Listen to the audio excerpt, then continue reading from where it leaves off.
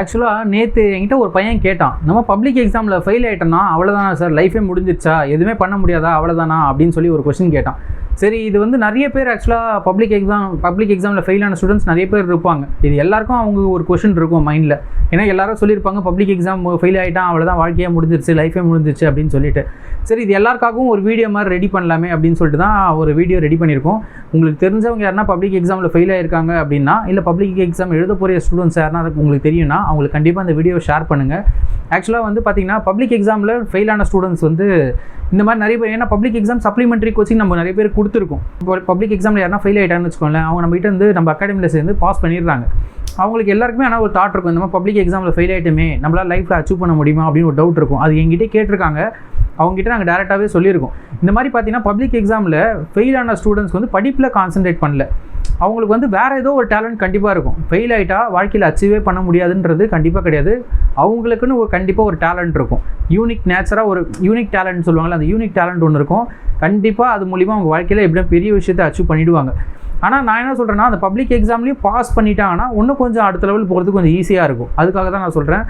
இப்போ பப்ளிக் எக்ஸாமில் 10th 11th 12th எல்லாமே பப்ளிக்காக மாற்றிட்டாங்க. இப்போ ஏதோ ஒன்றுத்தில் நீங்கள் பப்ளிக் எக்ஸாமில் ஃபெயில் ஆகிட்டீங்கன்னு வச்சுக்கோங்களேன், ஆக்சுவலாக உங்கள் எல்லாருக்கும் சப்ளிமெண்ட்ரி எக்ஸாம் சொல்லிட்டு 1 monthல கண்டக்ட் பண்ணுறாங்க கவர்மெண்ட். இப்போ நீங்கள் அந்த எக்ஸாமுக்கு 1 month மட்டும் ஹார்ட் ஒர்க் பண்ணி பாஸ் பண்ணிட்டீங்கன்னு வச்சுக்கோங்க. இப்போ 10th நீங்கள் ஃபெயில் ஆகிருக்கீங்கன்னு வச்சுக்கோங்க எக்ஸாம்பிள், அதில் நீங்கள் அந்த 1 month எக்ஸாம்லேயே சப்ளிமெண்ட்ரிலேயே நீங்கள் பாஸ் பண்ணிட்டீங்கன்னா உங்களால் கண்டிப்பாக 11th இமீடியட்டாக ஜாயின் பண்ண முடியும். பிரேக்கே இல்லாமல் 11th போயிடலாம். அது மட்டும் இல்லாமல் டிப்ளமோ போனால் கூட டிப்ளமோ உங்களால் போயிட முடியும். அதே மாதிரி 11th நீங்கள் ஃபெயில் ஆகிட்டீங்க அப்படின்னா அந்த 1 month நடக்க போகிற சப்ளிமெண்ட்ரி எக்ஸாம்லேயே நீங்கள் பாஸ் பண்ணிட்டீங்கன்னா உங்களால் 12th இமீடியட்டாக ஜாயின் பண்ண முடியும். 12th போர்ஷனை மட்டுமே ஃபோக்கஸ் பண்ணி நல்லா படித்து நல்ல மார்க் எடுக்க முடியும். இல்லை நான் 12th ஃபெயில் ஆகிட்டேன் அப்படின்னா ஒரே ஒரு மாதம் மட்டும் ஹார்ட் ஒர்க் பண்ணி படிச்சிங்கன்னா எல்லார மாதிரியும் உங்களாலேயும் அதே வருஷத்துலேயே காலேஜ் ஜாயின் பண்ண முடியும். இந்த ஆப்பர்ச்சுனிட்டி இருக்குது. அதனால் அந்த ஒரு மந்த்தை மட்டும் விட்டுறாதீங்க. எவ்வளோ முடியுமோ அவ்வளோ போராடி பாஸ் பண்ணிவிடுங்க. எல்லாராலையும் வந்து பப்ளிக் எக்ஸாம் பாஸ் பண்ண முடியுதுன்னு வச்சுக்கோங்களேன், கண்டிப்பாக உங்களாலையும் பாஸ் பண்ண முடியும். உங்களால் முடியாமல் போனதுக்கு ரீசன் நீங்கள் அதில் கான்சன்ட்ரேட் பண்ணல. இதுக்கு ரீசன் ஆக்சுவலாக பார்த்தீங்கன்னா ஒரு ஸ்டோரி ஒன்று சொல்கிறேன் நான். இப்போ வந்து நம்ம சின்ன வயசில் ஒரு யானை இருக்குதுன்னு வச்சுக்கோங்களேன், அந்த யானை என்ன பண்ணுவாங்கன்னா கூட்டிகிட்டு வந்து ஒரு கம்பியில் வந்து ஒரு கம்பத்தில் வந்து ஒரு சங்கிலி போட்டு கட்டி வச்சுருவாங்க. அந்த யானை வந்து இழுத்து பார்க்கும்.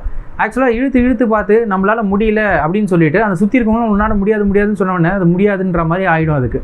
இப்போ யானை பெருசாகிடுச்சுன்னு வச்சுக்கோங்க, இப்போ நீங்களும் பெருசாக வந்துட்டீங்க, உங்களுக்கு எல்லாமே லைஃப்பை பற்றி தெரியுது. ஏன்னா ஒரு அடி பட்டுட்டீங்க.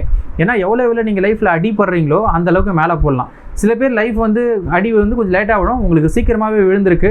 அது கொஞ்சம் இப்போ தாங்கிறது கொஞ்சம் கஷ்டமாக இருந்தாலும் சீக்கிரமாக அடி விழுந்தது உங்களுக்கு சீக்கிரமாக சக்ஸஸ் பார்க்கறதுக்கும் சீக்கிரமாக வந்துடும். ஆக்சுவலாக ஃபஸ்ட்டு சக்ஸஸ் பார்க்குறது தான் லைஃப்பில் கஷ்டம்.